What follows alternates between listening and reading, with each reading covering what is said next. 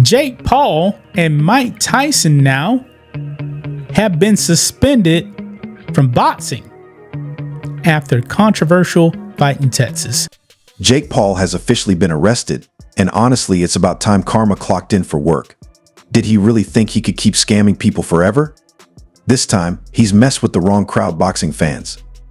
These aren't impressionable TikTok followers, they're diehard enthusiasts who don't take kindly to their sport being turned into a cash grab. 28-year-old kid who, used to be a YouTuber, and he's worked hard to learn boxing. He really has. He's come along, but really, he's still not of that level.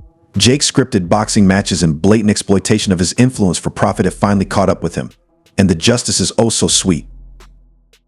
But Jake's track record of shady behavior extends far beyond the boxing ring. Let's rewind to his early days on Vine.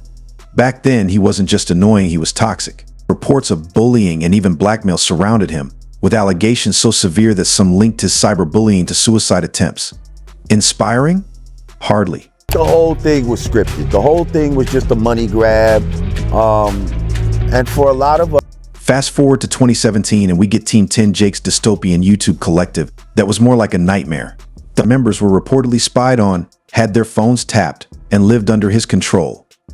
It was basically a cult, but with terrible merch. And then there was the infamous mansion. Neighbors called the police a staggering 47 times, complaining about explosions, arson attempts, and constant chaos. One stunt even resulted in someone getting injured. like I said, I don't like the fact that keep messing with that mouthpiece. Oh, left hook! Triple left hook by Paul! Mike's He hurt. wobbled Mike is Tyson! hurt. Mike's hurt. Jake's solution? Throw money at the problem, of course. No apology, no accountability, just hush cash. Classic Jake. While all this was happening, he was also busy inflating his YouTube views with bots. Up to 40% of his views were reportedly fake, making his success as artificial as his boxing career. This pattern of grifting continued with his pivot to boxing, where Jake turned what could have been a legitimate pursuit into a circus act. Fake fights, over-the-top theatrics, and pay-per-view scams exploited fans and tarnished the sport's reputation. But now the tables have turned, and those he's wronged are savoring their long-awaited justice. Jake Paul's rise to fame has always been built on deception, and this latest arrest feels like the universe finally settling the score. Jake Paul thought he was untouchable, but this time, the punchline is on him. Jake Paul has built a career not on talent or honor, but on an endless string of controversies, scams, and schemes. Take the financial freedom movement, his pandemic-era cash grab. He's not as dumb as you guys probably think he is, but he's also not as smart as he thinks he is. So even though Jake Paul is going to try to hide his various crypto accounts, for a few $100, he promised kids they'd become millionaires without leaving their rooms. What did they get? Repackaged internet guides and plagiarized tips from real business coaches. Meanwhile, Jake walked away $2 million richer in just 3 months. If scamming were a sport, he'd have a title belt. Then came the crypto scams. Jake's love for junk tokens and pump and dump schemes became his bread and butter, leaving his fans broke while he pocketed millions. The Doink token scandal was a standout. Jake secretly owned 100% of the tokens, hyped them to the moon, then dumped them, walking away with $10 million while his followers were left holding worthless assets. His NFT disaster wasn't much better, a $4 million cash grab that vanished as quickly as his fan base when the FBI came knocking. Jake's boxing career didn't start with a love for the sport or a quest for glory, but as another chapter in his con artistry. His underground matches in Los Angeles were less about competition and more about chaos. These bare-knuckle bouts, with bets climbing to $1 million per match, turned the ring into Jake's personal casino. The aftermath was brutal. 5 fighters left with life-altering injuries, and one disappeared entirely. It's less a legacy and more the makings of a crime documentary. Jake isn't as dumb as people think, but he's also not as smart as he believes. That overconfidence is what drives him to think he can outmaneuver regulators and critics. Whether it's hiding crypto accounts, exploiting his fans, or turning violent matches into profit machines, Jake's schemes follow a predictable pattern. He promises the world, leaves devastation in his wake, and cashes out. Despite his knack for deception, his stunts reveal a glaring lack of scruples and an appetite for exploiting anyone, kids, fans, or fighters, if it pads his wallet.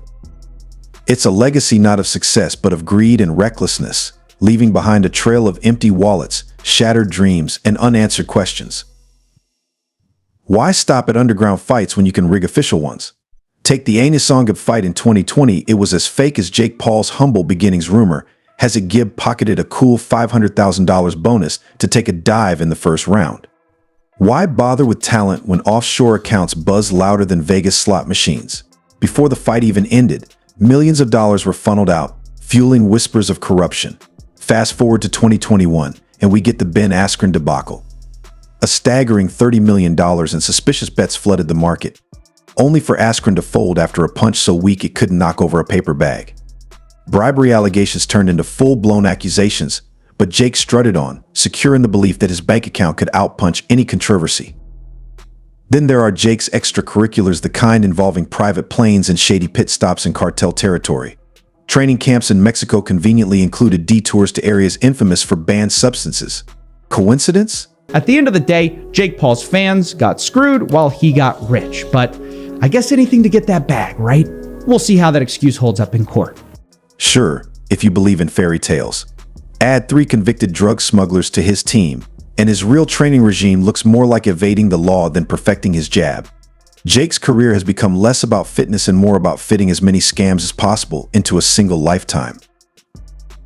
The piece de resistance. Jake Paul versus Mike Tyson. A leaked script exposed the fight for what it was, a clown show masquerading as boxing. Tyson was reportedly instructed to pull his punches, moving slower than a tortoise in quicksand, all to make Jake look half decent. This is the same Tyson who once obliterated opponents in seconds. Training videos showed Tyson sharp and deadly, yet in the ring, he looked like he'd forgotten how to throw a punch. It was a masterclass in mediocrity, choreographed to inflate Jake's delusional dream of legitimacy. The script was uglier than Jake's footwork, reducing what could have been an iconic match to laughable theater. The fallout has been as dramatic as the fight itself.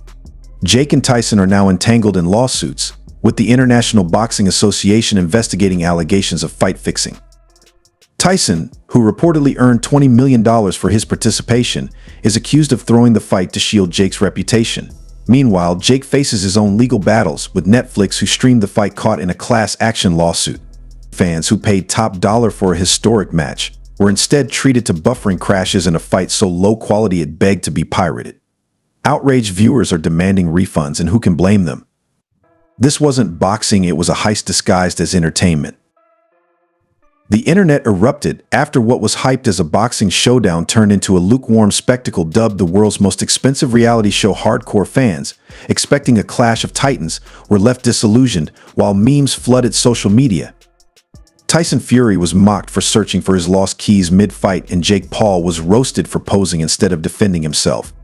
If turning boxing into a comedy was an Olympic sport, Jake would sweep the gold. But Jake Paul didn't stop at mocking the sport, he dragged it to new lows. His alleged scams and staged fights have reportedly cost fans over $200 million. When the FBI came knocking, the discoveries were damning: hard drives loaded with evidence of shady dealings, including $50 million in offshore money laundering schemes and doping scandals big enough to keep Netflix stocked with true crime documentaries for years. Jake Paul isn't just a fraud, he's a one-man crime syndicate pulling anyone foolish enough to work with him into a vortex of deceit. Among those ensnared is Tyson Fury, once celebrated as the baddest man on the planet by stepping into Jake's circus. Tyson tarnished his legacy, becoming an unwitting co-conspirator in what's now seen as boxing's greatest scam. His reputation, once pristine, is now sullied by association with Jake Paul, the self-proclaimed king of influencer fraud. Together, they've shown the world that influencer boxing isn't just a joke, it's a disease, with Jake as the virus infecting the sport. Yet, through all this, some inexplicably labeled Jake a boxing prodigy. But a prodigy of what? Fraud, manipulation, and exploitation.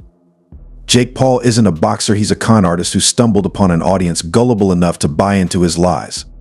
Every fight, every deal, and every dollar is another chapter in his masterclass on fooling the world for profit. The fallout has been enormous, with fans, fighters, and even the industry reeling from the damage.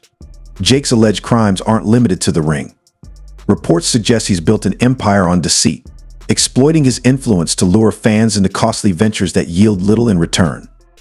The staged fights and questionable business dealings have eroded trust in the sport, turning what was once a respected arena into a farcical sideshow. Jake Paul's eventual arrest isn't just justice's poetic karma. The man who built his empire on lies and exploitation is finally facing the consequences of his actions. If there's any silver lining to this mess, it's that the spectacle may serve as a wake-up call. Perhaps fans and the industry alike will begin to see Jake for what he truly is, not a boxing legend, but a fraudster in gloves. His downfall could mark a turning point, a chance for boxing to reclaim its integrity, and for fans to demand authenticity over spectacle. OpenSea as the problem child, which is one of Jake's favorite names for himself. So this is kind of promising, right? You've got this wallet receiving $200,000 in SafeMoon, and then it sending that money over to something called the problem child on OpenSea.